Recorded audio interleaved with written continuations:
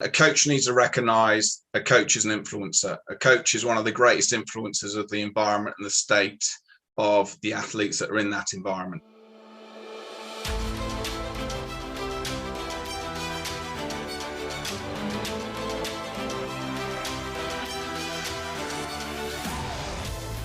Welcome to the Cutting Edge Coaching Podcast, where we believe coaches are some of the most important teachers and leaders in the world, and they deserve to be supported. I'm your host, Luke Gromer, and every week we're bringing you conversations with coaches, experts, and leaders from across sports that will help you get better at teaching and leading so that you can develop high-performing teams and high-character people. Coaches, I'm excited to welcome Mark Bennett to the podcast. Mark is a former British commando and senior instructor with the Army Physical Training Corps, who served 22 years before turning down promotion in order to leave the services and pursue his passion full-time. During his military career, Mark was the senior instructor running the commando training wing and was the first person to redesign the preparatory training to focus on developing mental robustness within soldiers to increase the pass rate on one of the toughest courses in the British Army.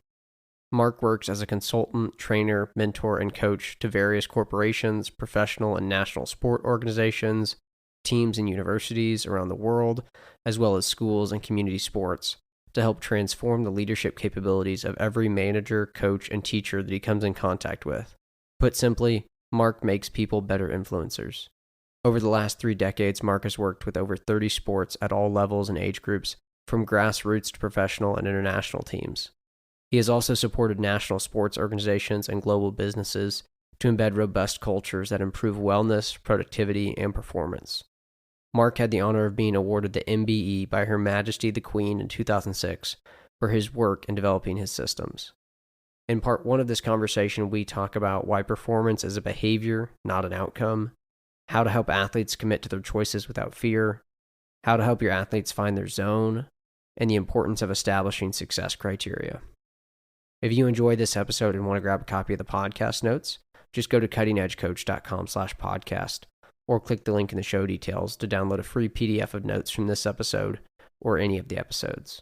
And just a heads up that this week on Thursday, February 17th at 1 p.m. Central Time, I'm hosting a Zoom with 2 past podcast guests, Doug Lemov and Stu Singer. We'll be discussing how to get tactics, technique, and psychology to transfer. Dozens of coaches are already signed up. Spots are limited and the cost is $10. If you sign up and you aren't satisfied with the value you receive from the Zoom session, we'll refund your money, no questions asked. You can click on the link in the show details to save your spot. Or if you're listening to this podcast after the date, check out the link in the show details to access the replay. And finally, if you're interested in learning more about what we offer coaches, go to cuttingedgecoach.com to see how we can support you. Now to part 1 of my conversation with Mark Bennett. Enjoy the episode. All right, coaches, really excited to welcome Mark Bennett to the podcast today. Mark, I'd love if we could just start off and talk about a quote that I've heard you use a few times. Performance is a behavior, not an outcome. Will you expound on this and talk about why it's so important for coaches specifically to understand and embrace? Yeah, great question. And I always, whenever I'm running training, coaching, or mentoring, I always break this down. So in essence, we've developed over years. And by the way, whenever I share anything regarding coaches and experience, it is a generalization. There are a few that don't do this, but this is the trend over the last 30 years of working with coaches, is we've developed a measuring as a score line, an outcome as how successful we were. Now, my challenge with that is there's too many variables to enable us to know, to quantify how was our performance as an individual athlete, as a team, from the coach's point of view. So the reason why I really push and get people to understand performance is a behavior, not an outcome, because we need to understand what facilitates an outcome. What are the facilitators to an outcome? Now, if we said outcome was a result and a score line, if we track back to that, what are the things that facilitate that? And people would say performance. But if we break performance down, performance is about the execution of the best choice in the moment based on what's in front of you. So even that is a small statement. There's so much goes into it, but let's think about it. If we have a team that is basically reading what's in front of them, making the best decision by either as an individual of what they're capable of and the variables in front of them, but as a team is understanding their teammates, understanding the opposition, and actually understanding the choice they make is going to be the best to facilitate another player running into space onto it. They have the skills and ability to do that. And then the execution of that without fear. And then their ability to evaluate live, both the choice and the execution, not based on outcome, but based on, was it the best choice with what I knew? Execution, did I nail it? Did I commit? Yes. Is there data now I've got that would influence that choice next time? Yes, no problem. Next time I'm on it. And we train people to do that in split seconds. So that, when we talk about performance, that's what I mean by performance. Now, what causes and influences performance is obviously we know that's the technical ability of somebody and the tactical awareness, game management within somebody. But even if someone has technically phenomenal, tactically phenomenal, the problem in the game, in the match, is the reality is they are not the key things that would define great choice and execution to the choice. So if we backtrack to that, we have an athlete's ability to be aware and manage their state. And what I mean by state is them being present, them not being angry, upset, frustrated, them actually being in their zone and learning what that is for them in that situation. And then from that, it's their ability to scan, collate the data live, not just when they have the ball, but when they haven't got the ball or even when their opposition has got the ball, is scanning, looking for opportunities, threats all the time. That's data capture. The better they are at data capture, the better they are to see all the options. Now, part of seeing all the options is looking at future proofing. And what I mean by that in practice is identifying all the options, even if you can't do them yet. And yet is the point, because we're saying we can future proof you mentally and not wait for your skills to be there before we start looking at the game better. So that is where we have the scanning allows you to have the data. The highlighting the options means that you're understanding the game better. And then what we've got is the variables. So what I mean by that is we're looking at all the options, and it's the influences of variables that will impact the choice we decide. So that could be, you've got a fast opposition coming up. There's an open space there. That's a choice. But you'll see the opposition mark in defense is very fast, very alive. And the kick that or the pass through that you're going to do into that space, you're seeing Danny's on the right. Danny is actually fatigued right now. He's not going to get onto that ball before that defender's going to get it. So that option's out. Different situation. The opposition space doesn't even look like they're scanning well. Their heads are down. They're looking fatigued. Danny is fresh. I can see he knows this will be a choice that I can make and with practice, and Danny is anticipating it. That choice is still on. That's what we talk about variables, the human environmental factor that a lot of coaches don't spend time developing in practice. Now, once we've identified the choice, it's our ability to commit to the choice without fear.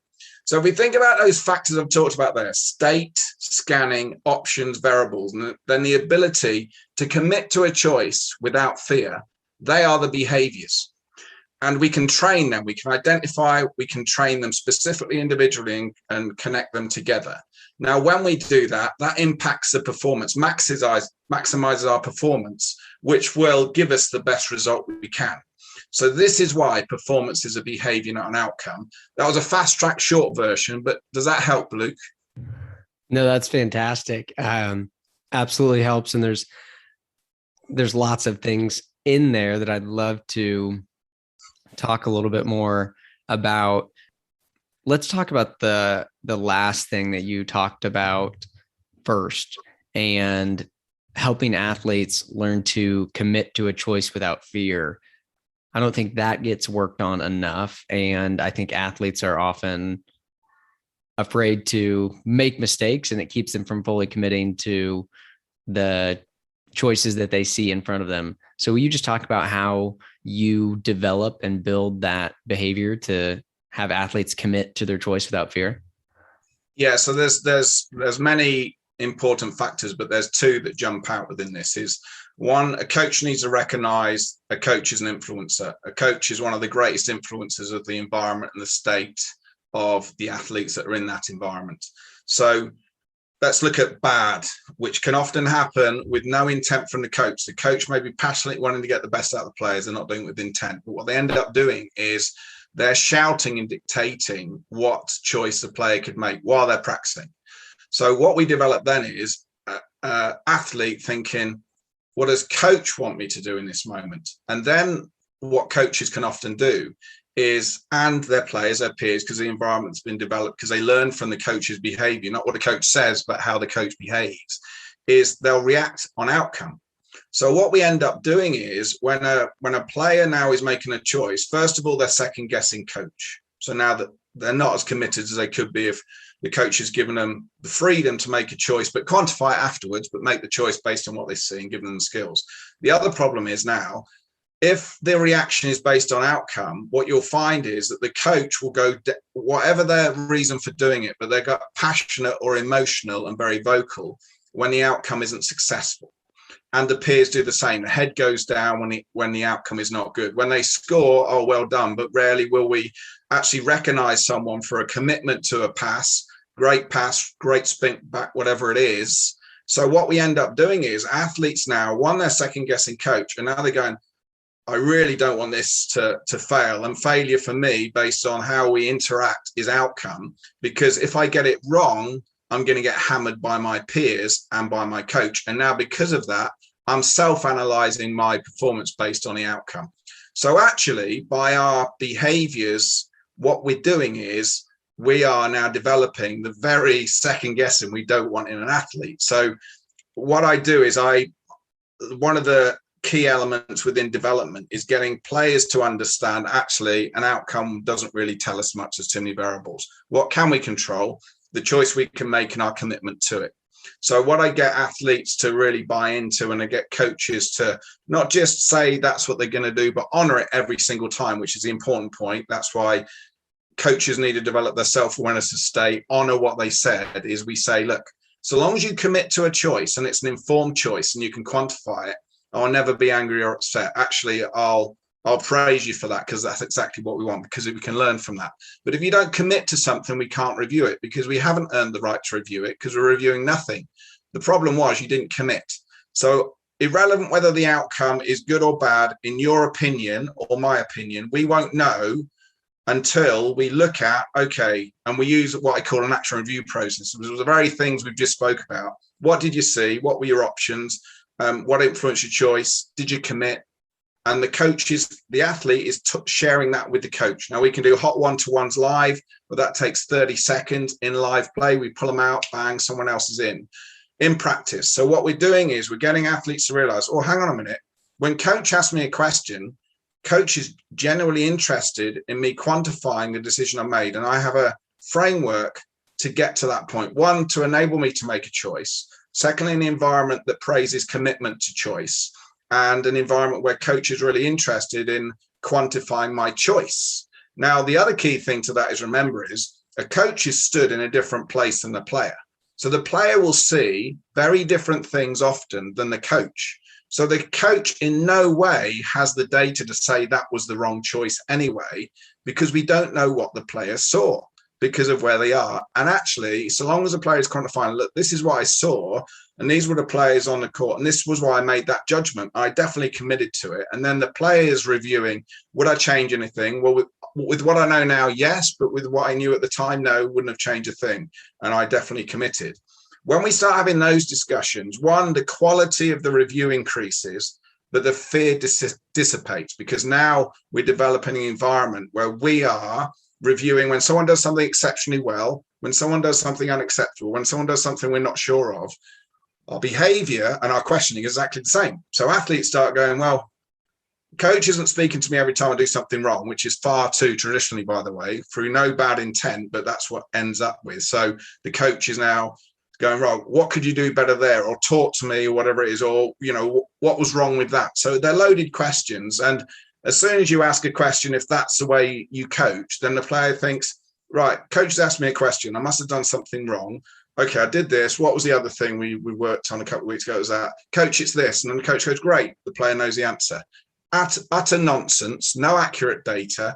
And also the question is, if the athlete is now answering afterwards what they should have done differently, Our first question should be is, well, when did you recognize that? And why didn't you do something about it? Because I'm giving you permission. If something's not working, change it, commit to something different. Even if it doesn't come off, that's the permission I'm giving you. I want you to show me the answer, not tell me the answer. So there's tons of variables where I've just covered the basics there, Luke. But does that make sense? How us as coaches need to be mindful of, one, the permissions we give them. Secondly, the expectations and clarity of success and the framework. And then we need to honor it every single time. Yeah, that's really good. And I just think it's so powerful what you said at the beginning there. Coaches are influencers. We have to remember that we have just a massive influence on this environment that we're creating. And I also love those questions for a quick action review process. I think those are really powerful. And like you said, it's so important for us to remember that we're not seeing what they're seeing. We think we are, but often we're not. And I think, again, like you said, too often we assume, oh, this is, they made the decision because of this, when in reality, they may have been seeing some totally different perceptual cues than we were recognizing from our vantage point on the sideline or wherever it may be. So I think those are just really important things for us to keep in mind, and practical questions to use. I actually want to circle back to something you talked about in the first answer. And I think it connects a little bit to what we just talked about with committing to choices without fear. When you were talking about performance as a behavior, not an outcome, you talked about helping athletes kind of discover their zone and get into maybe what some people would call a flow state, or kind of that optimal mental performance state. I'd love for you to talk about how coaches can practically help athletes develop this. Now, this is very individualized, so there's no right and wrong for one athlete, of course, but the tools that I share with the coaches to use with the athletes, I share with the coaches to use with themselves, because they're half the problem sometimes, especially in matches, with their state and being present. So there's a few things that are really simple that we can share to do before and then follow it through, but then share during every single practice session. And one thing we've got to get people to understand is, all I'm asking you is to be excellence. And excellence is doing the best you can with what you have in the present moment. You can't compare with others. What does that look and feel like to you now? So can you show me the next 20 seconds? What would that be? And that type mindset helps the coach and the athlete. But before that, it's before you start, and I use the same within the corporate sector as well. And I've used this from grassroots all the way through to the highest level in pro sport and international sport globally, is getting coaches and athletes and managers, whoever it may be, a minute or so before they start a practice session, a game, a one-to-one, you ask yourself, what's the ideal me for this situation? What is my success for this, first of all, so I know my reference in? What does success look like for me? And what's the ideal me? What does it sound like and feel like to be the best version of me to be successful? Now I know what success is, and imagine it. Now, what you're doing there is you're allowing yourself, with all the juggling you're doing in life, especially many that are volunteer coaches and even pro coaches, when they've just come off a financial meeting with the owner or selection or media, whatever it may be, and personal life, we're allowing ourselves to go, stop, right, what's success right now? What's it look and feel like for me? And it helps you become it, because you're not thinking what I don't want to be. You're thinking and imagining who is the ideal you. So that's the starter. And then there's so many tools, but one of the simple one is, if we're asking people to scan in the moment. So imagine now a player, as you can see them, they're getting disengaged. And I'll just share a few situations here. Is you've got someone getting a bit disengaged. And so there's a few things. First of all, you can give them responsibility. So you can say, okay, pull them out and just say, okay, what are you seeing here? Remind me what we said success was. So what are you seeing with the team? And as soon as they start connecting with their answer, you say, yeah, love that. Right, I'm going to pull in for a 20-second timeout. Can you lead on that and share that with the team? That's a great observation. So straight away now we're getting them engaged. If they're in the team and we want to keep them on, another tool is just to say, just share with me vocally what you're seeing now. What are the opportunities, threats? What options have you got? So what we're doing now is, instead of saying, oh, don't be angry or try and be focused, try words are nonsense to me. The only try should be used is in rugby when there's a score. we don't want people to try to do something. We want them to imagine now and help them be present. Now, scanning helps someone be present. So that's now turning their focus on something that's positive. The key thing is as well, I've developed this rule of 3, which would be a whole few hours it's a tool that every coach shares with every athlete and everyone uses it all the time. And rule of 1 is you being excellence. So what does that look like to you in this moment? So that's our self-management control of being excellence. No fear. We just do the best we can with what you have in the present. What does that look like for me now? The rule of 2 is I'm being excellence, but now I'm looking at my peers. And if I see someone dipping out, whether they're looking, even before we come to the warm-up, we're developing athletes to do this 24/7. So you're walking into your club and we're getting the players now to look at other players and getting to understand them as a person, not the player, and see their heads a bit down or they're looking a bit frustrated or they might be daydreaming on their mobile still, and they reach out to have a positive impact. And we teach players effective communication is only effective if it has a desired impact. It's not what you say, oh, I said the right thing. Did it have the desired impact?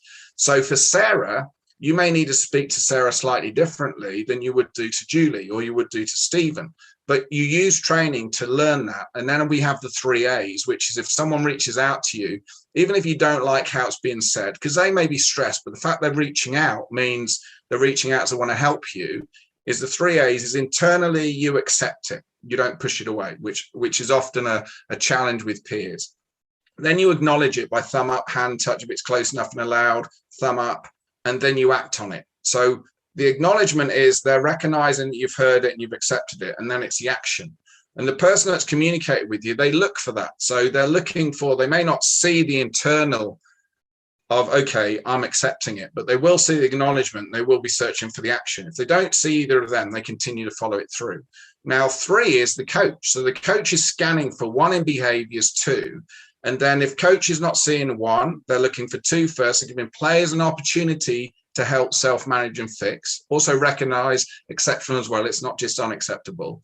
And then coach, if they're not seeing 1 and 2 be effective, coach steps in with interventions. So what we're developing here is instead of waiting for someone to negative spiral, 1, we're saying, do you know what that is for you to be excellent? Secondly, we're saying our peers help each other be the best we can be. What would that look like right now? We're developing the interpersonal skills to understand how to accept and to reach out for help as well. At 1, if you can't self-manage, you can reach out to a peer. But it's not relying on coach anymore. And it's not waiting till it unravels so far where it's very difficult. And we do this every single practice session, every single match, on and off the court. It makes no difference. We cultivate the rule of 3 as a person thing that is an every time thing. And by doing that, we seriously minimize and help people to self-recognize and self-manage and reach out for support and reach out when someone needs a support, even if they don't ask it, long before the coach has to have those difficult conversations. That's really powerful. I love that rule of 3. And like you said there, I think it's so powerful because we're teaching them these interpersonal skills that they need, that they really, really need. And again, like you mentioned at the end, now it's not the coach always having to step in and intervene. And that's just an exhausting way to coach too.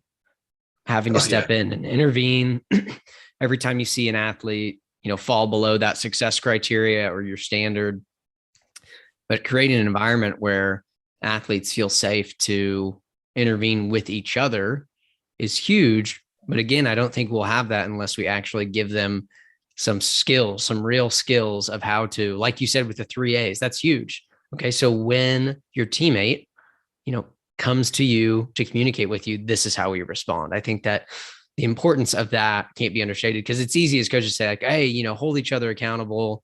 You should, hold your teammates to these standards, but they have no idea. They have no idea how to do that and then no idea how to respond. And like you said, if that communication doesn't have the desired impact, it's just not going to be effective at all.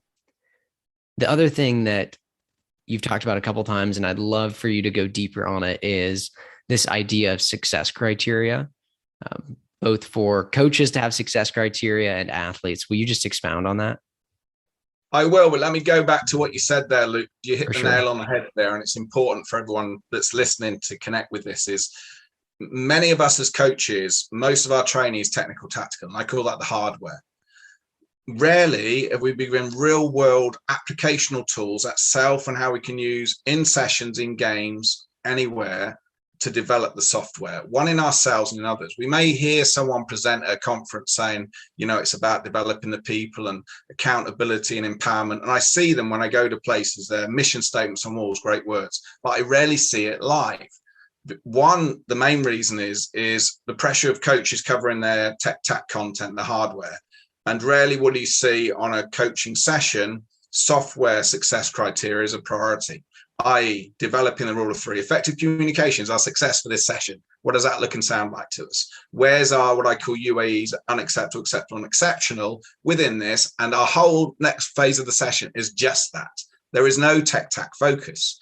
And the reality is, if we look at, even if we go back performance, never mind developing the transformational people skills, in performance, it's rarely the actual technical or tactical potential of someone that unravels someone negatively in a game or a team underperforms. That they've already shown in practice, tactically they can do a tactic, technically they can do a skill. What prevents them from being successful in matches is their ability to be aware of their state, make great choices, interact live, adapt based on what they see. That's all software right there. So how many times do we hear coaches saying, well, they've done this 100 times in practice, why aren't they doing it now? And many coaches don't realize why, and they can't analyze that. And that's another conversation. The second element is how many times we heard coaches say, the communication's terrible. The communication is killing us. And they're recognizing that. If you said, right, the top three things that are killing you in a match that are making you underperform, I guarantee you communication, confidence to make the best decisions live, will be being able to adapt live, which is going to be up there in the top three. And then we ask, great, so can you show me on your lesson plans over the last year, how many times has that been your critical focus in a session without being tech driven? And they'll say never, which if you think about it logically, it's madness. The very things that are impacting the most, you never put priority focus on. And that's one, they need the skills to do that. But secondly, just if they're listening to this, just ask yourselves, why aren't you? Now, it might be you don't know, so maybe this can help. But secondly is find ways. And I'm sure if you just put, let's identify what effective communication is. So in a match, if it's basketball, if it's soccer, if it's rugby, if it's lacrosse, if it's all these netball, they've got to know, right, when people use certain words in defense, etc. We've got to know, wait, you can tell me the words now, but do you know what that actually means, what it looks like, when to say it, in what time? And if you hear those words, do you know when you hear it, what you need to do? And I guarantee you 99% of teams, when you break that down and get them to show you don't understand it. And that's part of the communication is going, actually, it's not white noise. It's not just volume. It's being effective impact, tech, and software. So now we're starting to unravel where the issues are. And when we unravel where the source of the issue is, that's when our interventions are. That's our priority. So, well, that's probably another hour conversation, Luke. I just wanted to bring up that you nailed it on the head there, that we don't. But how often are we investing in that as practical tools? And how often are we putting that as priority for our own development as a coach, but also priority development for the players? I just wanted to bring that up, Luke. Yeah, no, I'm glad you did. And that's so good because, again, like you said, we've probably all said it. We've probably all heard it. How we're just not communicating. Communication is it's keeping us from success. But like you said, have we actually just gotten very granular with it? That's what I was thinking as you were talking. It's like, we've got to talk about when, what, how we're interpreting it. And the other part of that is just the reality that we need to recognize that the athletes we coach, they probably don't have a common vocabulary, and they've played for who knows how many other coaches who have called maybe that same thing something else, teammates. And so establishing a clear language that we all understand, just like cognitive science too, that is a huge piece of learning, and then being able to actually commit to choices in the moment, and not overthink is also tied to their ability, right, to understand that language in the moment and then be able to commit to those choices. And so, I'm glad you share that. I think that's just a huge piece. Let's go back to and talk more about success criteria. the importance of coaches having clear success criteria for themselves and for their athletes, and maybe even athletes having it for themselves. So there's many elements to this, but we'll keep it simple for the time frame we have. Let's look at generalizing again. So what often happens in a coaching session, a coach will do reverse engineering for a session, which is a conversation itself. But what I mean by that is they'll say, right, I have 60 minutes. I'll just make this up. I'll have 60 minutes and I want to cover these elements in defense, these elements in turnover, and these elements transition. I want these elements in offense. Oh, and I want to cover these elements in set pieces. So I've got an hour. So that means I've narrowed it down to 10 I want to cover. So that means I can only have so many minutes on this, so many minutes on this, so many minutes on, and so many minutes on this, because I need to cover it. So what ends up is it's so content focused, and we're looking at stopwatch. We want it to be successful. So now we're telling them what to do in order to, so you can see the success and you go, right, we've got a minute left, right, we need to move on. So we're not actually focused on learning, we're focused on teaching. Now, the other challenge with that is when you start, a coach will stand there, and because of the knowledge and skills they have, obviously that's varied, but there's a lot. The players will be playing and the coach will now pick up 1, 2, 3, 4, 5, 6 things. And now they come in for a chat and the coach starts mentioning 1, 2, 3, 4, 5 things. Coaches nod, everyone clear, everyone happy. Yes, coach. They go out. Coach doesn't scan for if they committed to any of them. Coach is now looking at the game again. The players can't recall and apply 5 things, impossible. And it's just nonsense. And then they come back in, the coach will share another 3, 4, 5 things. And eventually, because the coach is shouting, going, over there, Danny, move to the left, Steve there, run back. And then they start seeing it. And he goes, oh, great, brilliant. And then they ask them loaded questions and they get that, great, brilliant. And they go, oh, everyone happy? Yes, coach, because someone's going to challenge coach. I have no idea, coach. And then we go, right, we need to move on to this. Now we're moving on to defense. And it's just nonsense. It's the amount that goes in is terrible. And I think this is why traditional coaching gets a really bad name with some people, because it's not about learning, it's about covering content.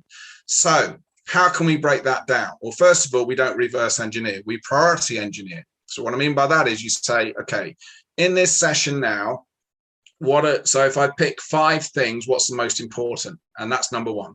The second is number 2, the second is number 3. Now, in the ideal world, I'd love to get to all 5. However, I will never compromise 1 for 2 and so on. So if I only cover 1, but I'm successful, I'm okay with that. And even if I don't get to the end of 1, I'm okay with that, because it was how the athletes respond. So in order to do that, I may have a session where it's the whole session is just one thing. But even if it's the whole session is one thing, it may be broken down to 20, 30 minutes. So each phase, whatever that is, what we've got to say to the athletes is, success for us in this phase is this, and this is what it looks like. And if it's new, we need to challenge them is, why are we doing this? What's the value in it? How this is going to help us in the game? We don't tell them, we challenge them. And the reason why we don't tell them is we're just going to get nodding dogs again. What we want to know is, right, you tell me. And we ask the question to the athlete it's relevant to. So if it's a defensive, we ask the person within those position, right, how is it going to impact us? Talk about the last 3 games. How could this have impacted us? Where are we having an issue in this situation? And start a dialogue, because the reality is, if they don't see the value in it, their engagement in it is going to be limited. But then when we get the value, we just say, okay, success is this. This is what it looks like.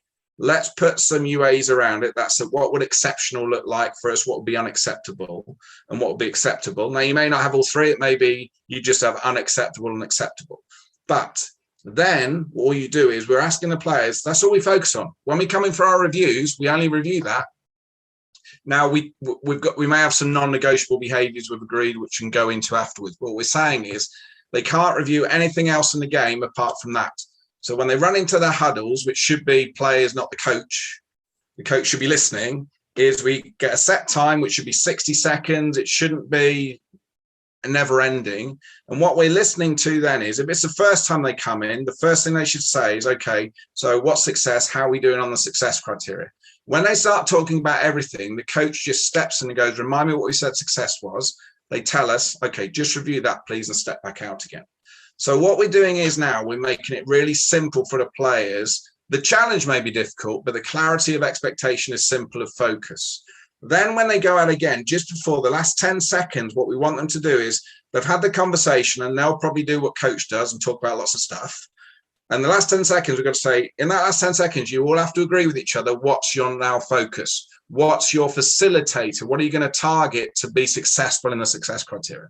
So it may be, let's maintain our width on the left, because doing that will enable us to be successful on the success criteria. And that's it. That's the one thing. Now, coach then, when they go out, the first thing coach is scanning for is, are they committing to what they said? Not does it come off, are they committing to it?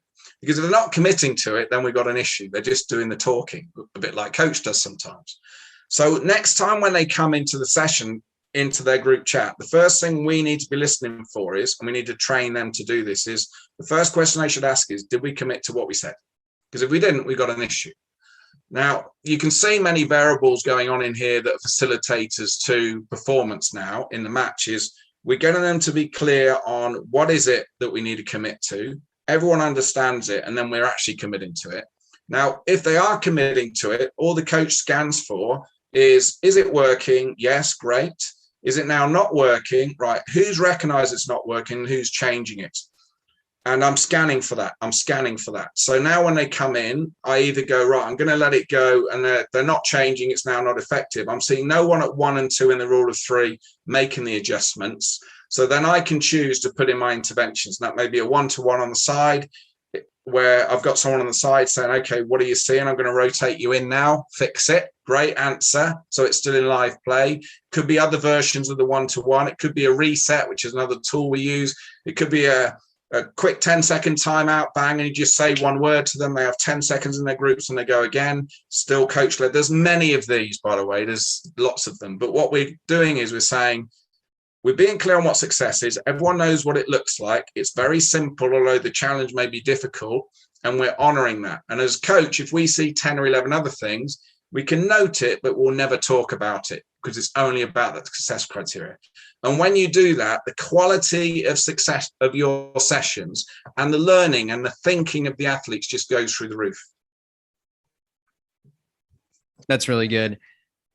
I love the focus and the application. Those are the things that jumped out to me in there. Like you said, the question of, did we commit to this success criteria? Here's a clear focus right now. We're focused on this one thing. And then as we evaluate and reflect, did we commit to it? Did we actually apply it? Because like you said, as coaches, it's so easy. We see 10 things. We try to coach 10 things. Our brains literally can't handle that. They go out. They don't focus on any of them. We don't focus on any of them. There's just no learning happening. But when we actually can narrow our focus, hey, success is like this. And we've planned it beforehand. Like you said, like this is what's most essential for us to cover today. I think that's really powerful because like you said there at the end, it's going to speed up learning. It's going to also make coaches feel, what's the word I'm looking for? I think it's just more enjoyable to coach this way too, because you have a focus as the coach. I know what I'm observing for, and it's so powerful because now we can get good at noticing progress too.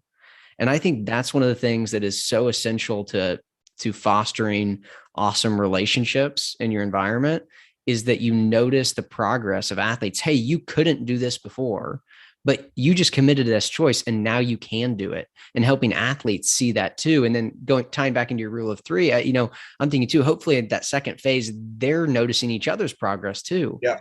Hey, great commitment to that choice. Maybe the outcome wasn't perfect, but you just tried to execute something that was success for us that we were trying to do. And so I think those things are so essential to creating an environment that actually helps athletes get better and that they want to be a part of.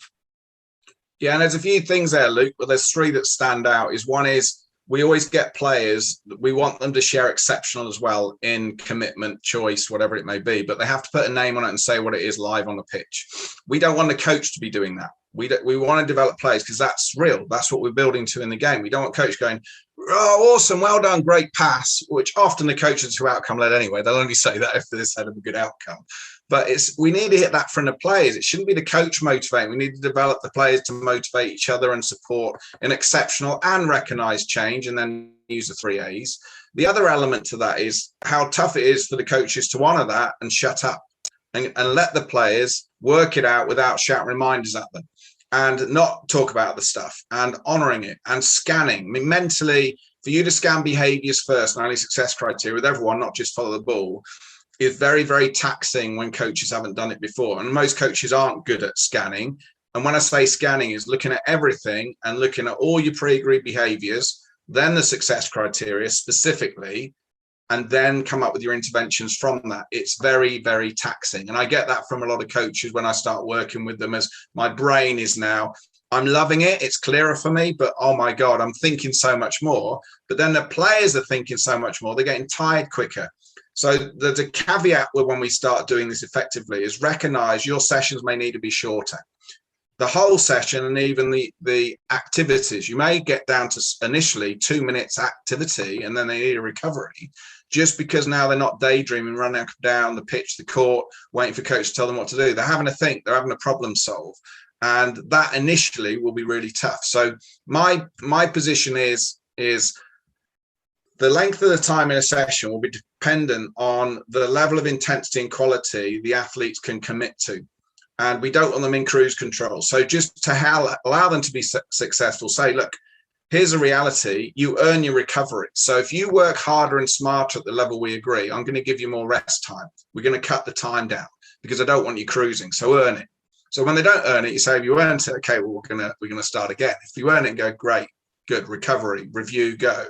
And it's that mindset, as we're not developing an endurance process here. We want the sprinters mentally what can get it, and then we can extend the time.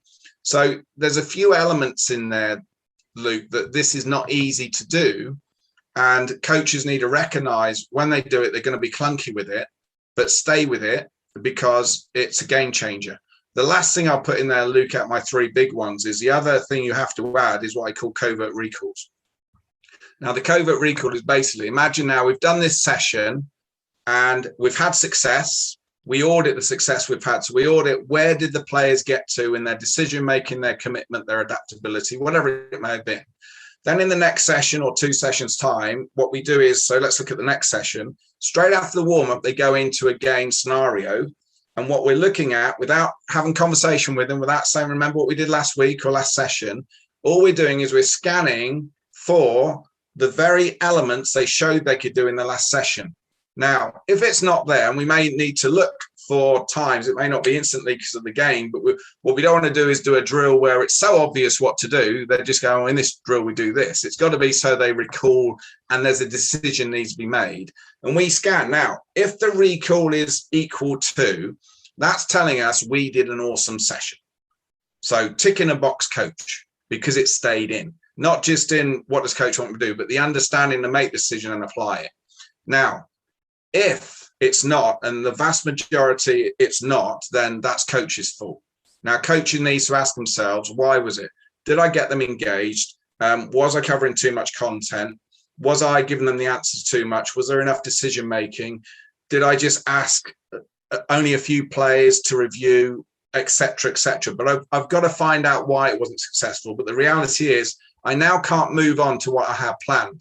I need to move on to what we've just recognized there and go back, because we're ready. When we're ready, we are where we are. Now, this does so many things. One is you become a better coach, but also it's letting the athletes know, so look, we're not just ticking boxes here. We couldn't do what we did. Well, we can't move on yet because we need to get this. So what prevented us from the recall? What prevented us from being successful taking into this session? And if it's everyone, you've got to let them know, look, this is my fault. So this is what we need to change, because I need to work out how to best help you understand. But we need to go again with this. But you let me know when you're ready. So then what we've got to do, we audit that then as a cross, that's a no. And it may be something like it was a no, and then 30 seconds, still no. And then at rule of 2, after 30 seconds, someone picked it up and you saw success. So you say 30 seconds, no, but at rule of 2, success after intervention at 2. That's a peer. That's in your audit. It may be no at 2.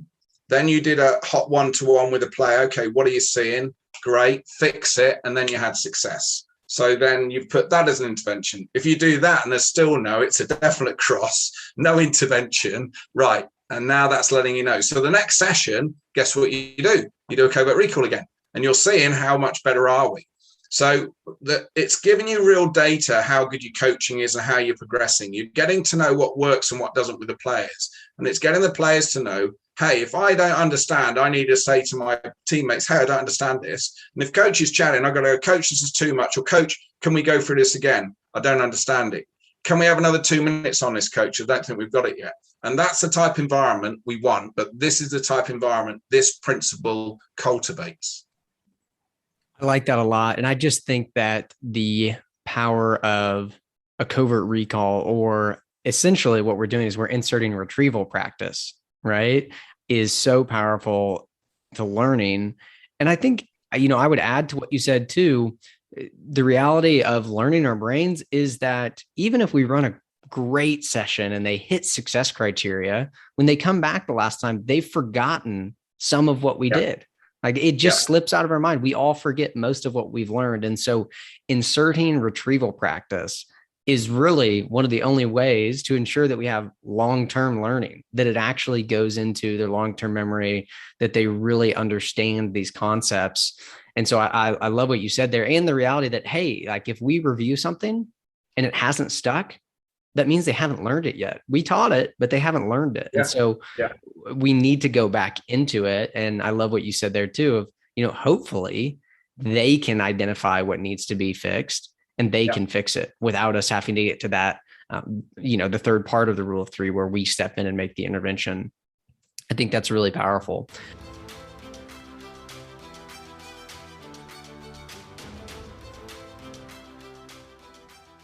Coaches, thanks for listening to this episode. I'll be back next week with part 2 of this conversation. As always, if you enjoyed the episode and want to grab a copy of the podcast notes, go to cuttingedgecoach.com/podcast or check out the link in the show details. I've got 3 golden nuggets that I'm taking away from this episode. Number 1, we have to recognize the influence we have on the environment and our athlete's state. If we want to honor a definition of performance like Mark mentioned, execution of the best choice in the moment based on what's in front of them and making that choice without fear, then that means our response to the outcomes have to reinforce that definition. Number 2 is the questions that Mark mentioned about helping athletes find their zone. What's success look like for me? And what's the ideal me look like in this situation? And overall, like he mentioned, all we're asking of them is to be excellent in the present moment. We just need to make sure that we give them opportunities to consider what excellence looks like beforehand and to share those with each other so that we can hold each other accountable to that. And number 3 is the importance of success criteria. I don't think the importance of this can be understated. Mark and I talked about so many of the benefits, and I'm sure you can come up with some additional ones that we didn't. But overall, it's so critical because it focuses our attention and the attention of our athletes on what matters most in the moment. We should be really clear on our success criteria in practices and games. So just to review, those 3 golden nuggets were, number 1, recognize the influence you have on the environment and your athlete's states. Number 2, ask athletes questions to help them consider and find their zone. And number 3, establish success criteria. If we do those 3 things, I think we'll all be better at what we do. Don't forget about the upcoming Zoom session with Doug Lemov and Stu Singer. You can click the link in the show details to learn more or sign up. And like I mentioned in the intro, if you want to grab a copy of the podcast notes, go to cuttingedgecoach.com/podcast. Or to learn more about how we serve coaches, go to cuttingedgecoach.com. I'll be back next week with part 2 of this conversation with Mark Bennett. Thanks for listening to the podcast.